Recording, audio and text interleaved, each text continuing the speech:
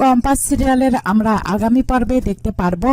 সেনাপতি কম্পাসকে বলেন, Nobel future কলেজের ল্যাব, যে ল্যাব তোমার স্বপ্ন, যে ল্যাবে তুমি অনেক বড় বড় রিসার্চ করেছো, সেই ল্যাবে এখন দাউ দাউ করে আগুন জ্বলছে। কম্পাস ভৌমিক, তোমার ওই ল্যাব জ্বালিয়ে পুড়িয়ে সব সারখার করে দিয়েছে।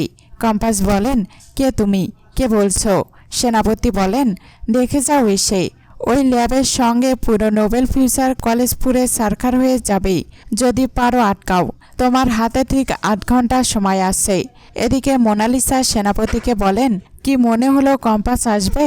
সেনাপতি বলেন, শাসিয়ে তো দিয়েছি। মোনালিসা বলেন, কিন্তু কম্পাস যদি বিহানকে সবটা বলে দেয়, আর তারপর যদি বিহান এখানে পুলিশ নিয়ে আসে তখন? সেনাপতি বলেন, আসবে না। কম্পাসে কতটা পাকা আমার জানা আছে।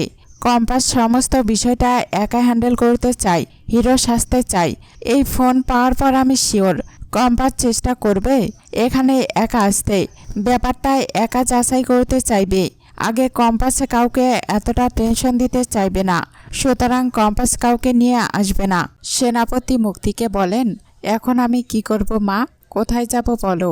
ওরা তো কোর্ট থেকে অর্ডারটা বার করে নিল, আমি তো ওই বাড়িতে ঢুকতেও পারবো না। মুক্তি বলেন, তুই চিন্তা করিস না। সেনাপতি বলেন, তুমি এখন কিছু করতে পারবে না মা, তোমার পক্ষে কিছু করা সম্ভব হবে না। মুক্তি বলেন, এ আর নতুন কি কথা সেনাপতি? এরকম যন্ত্রণা আমি আগে অনেক সহ্য করেছি, আজ থেকে তো ওই বাড়িতে আমি নেই, তাই না? তুই চিন্তা করিস না, এত সহজে আমি ওদেরকে ছেড়ে দেব না। এর শেষ আমি দেখে ছাড়ব। তোকে যেটা করতে বলেছি তুই সেটা কর। কম্পাস ভৌমিক নামে যে পথের কাঁটা, সেই পথের কাঁটাকে এবারে পার্মানেন্টলি আমাদের সরিয়ে দিতে হবে। সেই অনুযায়ী তুই প্ল্যান কর, ঠিক আছে? চল। সেনাপতি বলেন, মা, এই সব কিছুর পেছনে ওই কম্পাস আছে। কম্পাস বাড়ির সকলকে বুঝিয়েছে যাতে তোমাকে ও বাড়িতে রাখা না হয়, ভয়ানক বদলা নিতে হবে। মুক্তি বলেন, একদম ঠিক কথা বলেছিস সেনাপতি, যত তাড়াতাড়ি সম্ভব ওই কম্পাসকে এই পৃথিবী থেকে সরিয়ে দিতে হবে, তাতে যা হওয়ার হবে।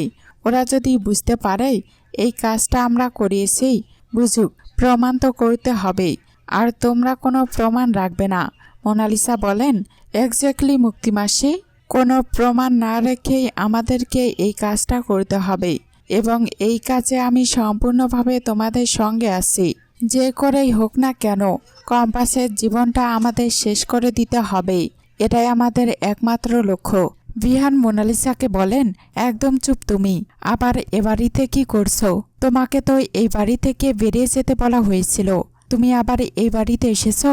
বেরিয়ে যাও এখান থেকে, কোনোদিনও এই বাড়িতে আসবে না। কোনোদিন আমার আর কম্পাসের মাঝখানে তুমি ঢুকবে না মোনালিসা, অনেক চান্স দিয়েছি তোমাকেই।